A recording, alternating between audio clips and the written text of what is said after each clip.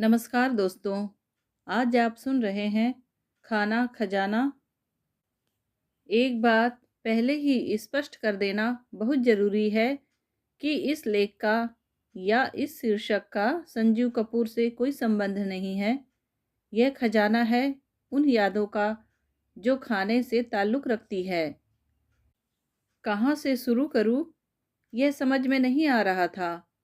फिर सोचा उसी प्रसंग से शुरू करते हैं जिसने इस लेख की प्रेरणा दी है।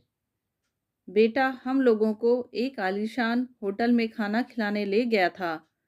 बाहर खड़े दरबान की सलामी लेकर हम जैसे ही भीतर प्रविष्ट हुए, हमें ससम्मान अपने टेबल तक ले जाया गया।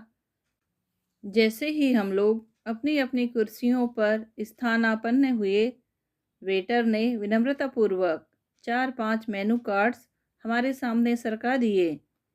हर एक ने एक एक मेनू कार्ड उठा लिया और अपनी पसंद की डिश ढूंढने लगे। मैं तो यूं ही पन्ने पलट रही थी। उतने धुंधले प्रकाश में मुझसे कुछ भी पढ़ा नहीं जा रहा था। मैंने अक्सर देखा है कि होटल जितना बड़ा होता है, प्रकाश उतना ही कम होता है। पता नहीं क्यों। सब लोग अभी विचार विनिमय कर ही रहे थे कि मेरे 7 वर्षीय पोती ने ऐलान कर दिया, पापा मैं तो चिकन मैचूरियन लूँगी। मैंने दयाद्र दृष्टि से उसे देखा और कहा, बेटा उसे चिकन तंदूरी कहते हैं, वो अलग होता है। उसने दृढ़ता से कहा, पापा से पूछ लीजिए। मैंने पापा की ओर देखा। उनके चेहरे पर मेरे प्रति अपार करुणा झलक रही थी।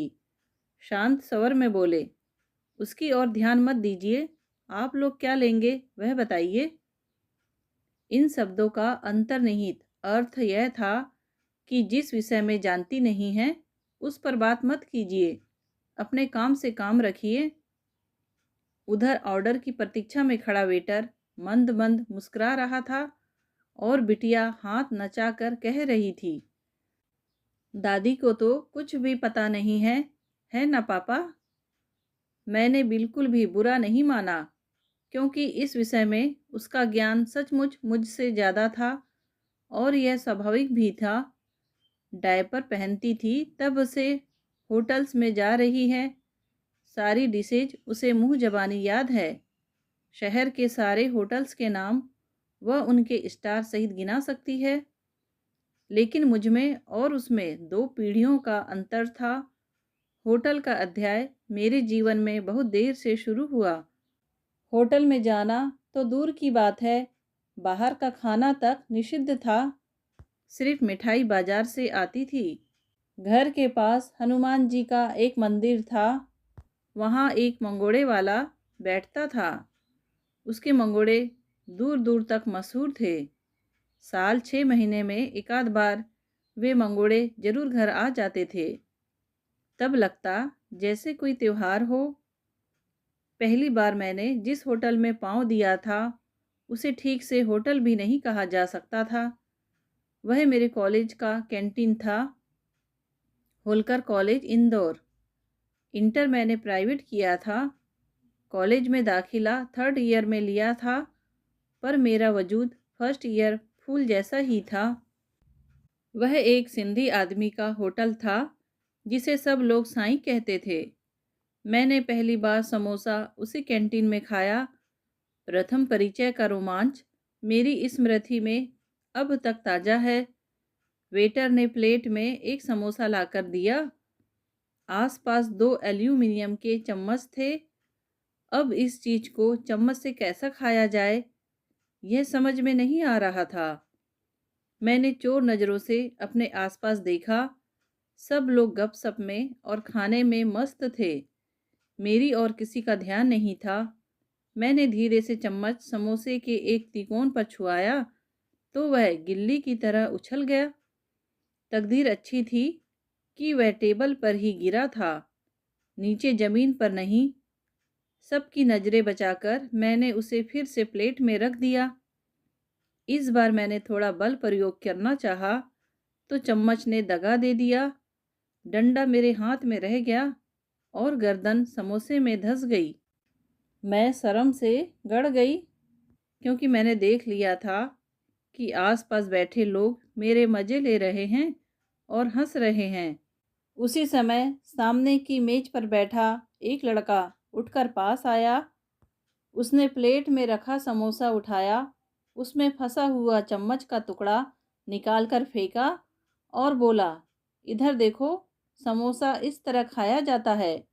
और वह समोसा मुंह में ठूसकर हंसते हंसते चला गया। उस दिन मुझे यह ज्ञान प्राप्त हुआ कि समोसा चम्मच से खाने की चीज़ नहीं है, पर फिर ये लोग साथ में चम्मच देते ही क्यों हैं। कालांतर में मेरा गवईपन जाता रहा और मैं काफ़ी स्मार्ट हो गई। मैंने दो बातें अच्छी तरह याद कर ली। एक तो यह कि होटल अकेले नहीं जाना चाहिए। दूसरे यह कि जो भी खाओ, जैसे भी खाओ, बेफिक्र होकर खाओ। आज की भाषा में कहूँ तो बिंदास होकर खाओ। किसी की परवाह करने की ज़रूरत नहीं है। शादी से पहले 1 आध साल मैंने नौकरी भी कर ली थी। उससे मेरा आत्मविश्वास काफ़ी बढ़ गया था। महीने में 1 आध बार मैं सहेलियों के साथ कॉफ़ी हाउस भी जाने लगी थी। उन दिनों डोसा घर पर नहीं बनता था, उसके लिए कॉफ़ी हाउस जाना ज़रूरी था। एक बार मैं और मेरी सहेली वेटर की प्रतीक्षा में बैठे थे कि मेरी नज़र मेरे भाई पर पड़ी। वह भी अपने दोस्त के साथ आया हुआ था। मैंने औपचारिकतावश उन लोगों को दावत दी तो उन्होंने कबूल कर ली। वे दोनों भी हमारी मेज पर आ गए। मैंने उन लोगों को अपने टेबल पर बुला क्या लिया, मानो संकट को ही न्योता दे दिया। यह मेरा भाई, जो अब स्वर्गीय है, मुझसे छोटा तो था, पर घर में सभी उससे खौफ खाते थे। वह बड़ा सफाई पसंद और स्टाइलिश था। एंटीकेट्स और टेबल मैनर्स के बारे में बड़ा जागरूक था। इंग्लैंड तो वह बहुत बाद में गया, पर घर में सभी लोग शुरू से उसे लॉर्ड साहब या अंग्रेजी बाबू कहते थे। उसके मुकाबले में मैं और मेरी सहेली एकदम देसी थी। डोसे के साथ जो छुरी कांटे आते थे, उन्हें हम बेलौस होकर बाजू में रख देते थे और एकदम देसी तरीके से रोटी की तरह डोसे को तोड़ते थे। आज भी वही दस्तूर कायम है, पर मेरे इस अंग्रेज भाई के सामने यह सिस्टम चलने वाला नहीं था। वह यहाँ तो शायद कुछ नहीं कहता, पर घर जाकर मेरी लानत मलानत जरूर करता। दोस्त के सामने उसकी किरकिरी होती सो अलग। फिर हम दोनों ने एक तरकीब निकाली। वेटर जब ऑर्डर लेने आया तो हमने इडली सांभर और बड़ा सांभर मंगवा लिया। यही दो आइटम थे जिन्हें हम चम्मच से खा सकते थे। इसमें छुरी कांटे की ज़रूरत नहीं थी। भाई को और उसके दोस्त को यह जानकर बहुत आश्चर्य हुआ कि हम लोगों को डोसा पसंद नहीं है, पर अंदर की बात उसे क्या बताते। नौकरी के दौरान जो थोड़ी बहुत स्मार्टनेस मैंने हासिल की थी, शादी के बाद फिर धुंधला गई। पति की पोस्टिंग अक्सर छोटी छोटी जगहों में होती रही। एक बार तो हम इतने व्रज देहात में थे कि मेरा बेटा जब भी ननिहाल आता, बिजली के बल्ब को चंदा मामा कहता। सब लोग खूब हंसते थे। उतनी छोटी जगह में होटल्स तो होते ही नहीं थे। जो भी होते थे वे परिवार के लायक नहीं होते थे। जब भी जिले के सदर मुकाम पर जाने का संयोग बनता, हम लोग सिनेमा और होटल दोनों का आनंद ले लेते। एक बार हम लोग थोड़े जल्दी में थे। ये बोले, तुम जाकर ऑर्डर दो, तब तक हम गाड़ी पार्क करके आते हैं, उतना ही समय बच जाएगा।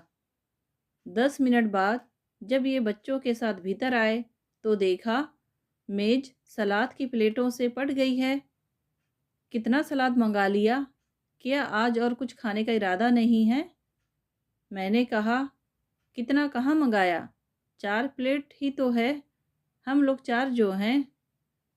इन्होंने सिर पीट लिया। बोले, सब्जियां भी 4 4 प्लेट मंगवाई है क्या? नहीं, आप लोग क्या खाएंगे ये पता नहीं था ना। थैंक गॉड, उन्होंने कहा और फिर बाकी का ऑर्डर दिया। ये सलाद कई दिनों तक मुझे छेड़ने के काम आता रहा। एक दिन तो मैं रोनी रोनी हो गई थी। फिर इन्होंने बच्चों को डांटा था, वैसे कंपैरेटिवली तुम्हारी माँ बहुत स्मार्ट है, नहीं तो कई लोग हाथ धोने के लिए दिया जाने वाला नींबू पानी भी पी जाते हैं। मैं भी ईश्वर को धन्यवाद देती हूँ कि कम से कम उतना फूहड़पन तो मैंने नहीं किया।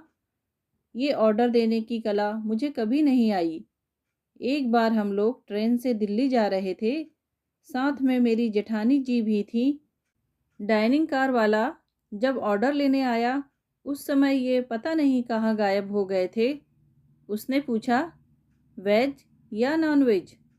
मैंने शायद कहा, नहीं, नॉन वेज नहीं। वेटर पता नहीं क्या समझा।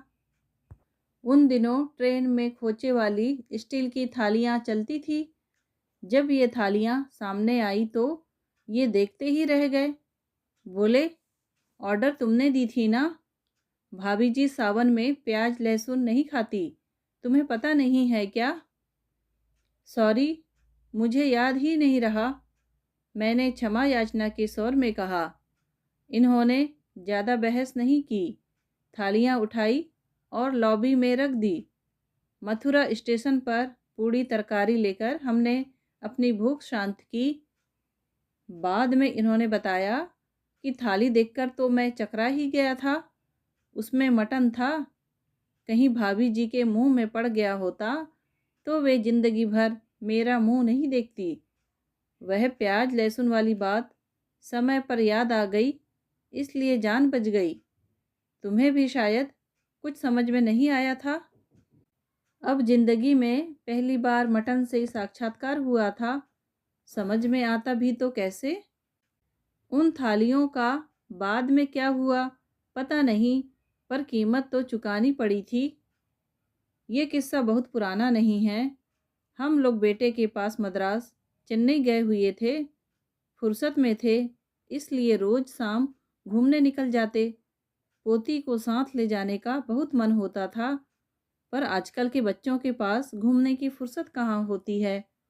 होमवर्क नामक दानव जो उनकी छाती पर सवार रहता है, हाँ, हम लोग उसकी फरमाइश जरूर पूछ लेते थे।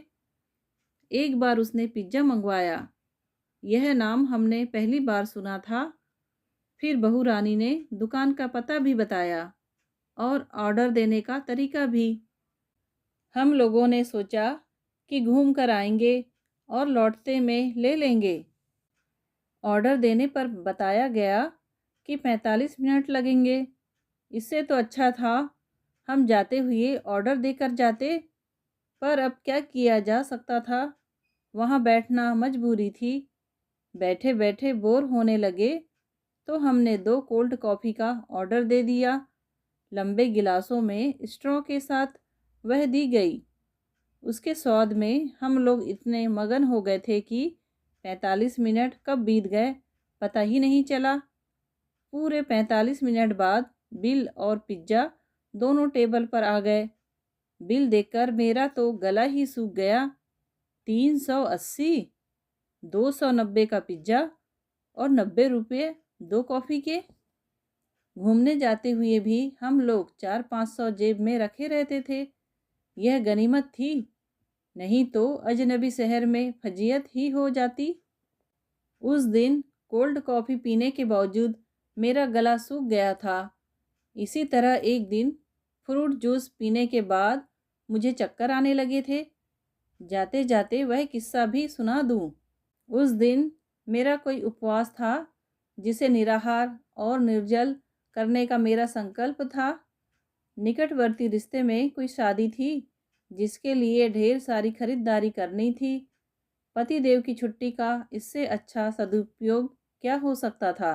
शाम को बाजार में बहुत भीड़ हो जाती है, इसीलिए हम भरी दोपहरी में ही निकल पड़े थे। 10-20 दुकानें घूमने के बाद हमारी खरीदारी तो हो गई थी, पर मैं एकदम पस्त हो गई थी। धूप के मारे बुरा हाल था।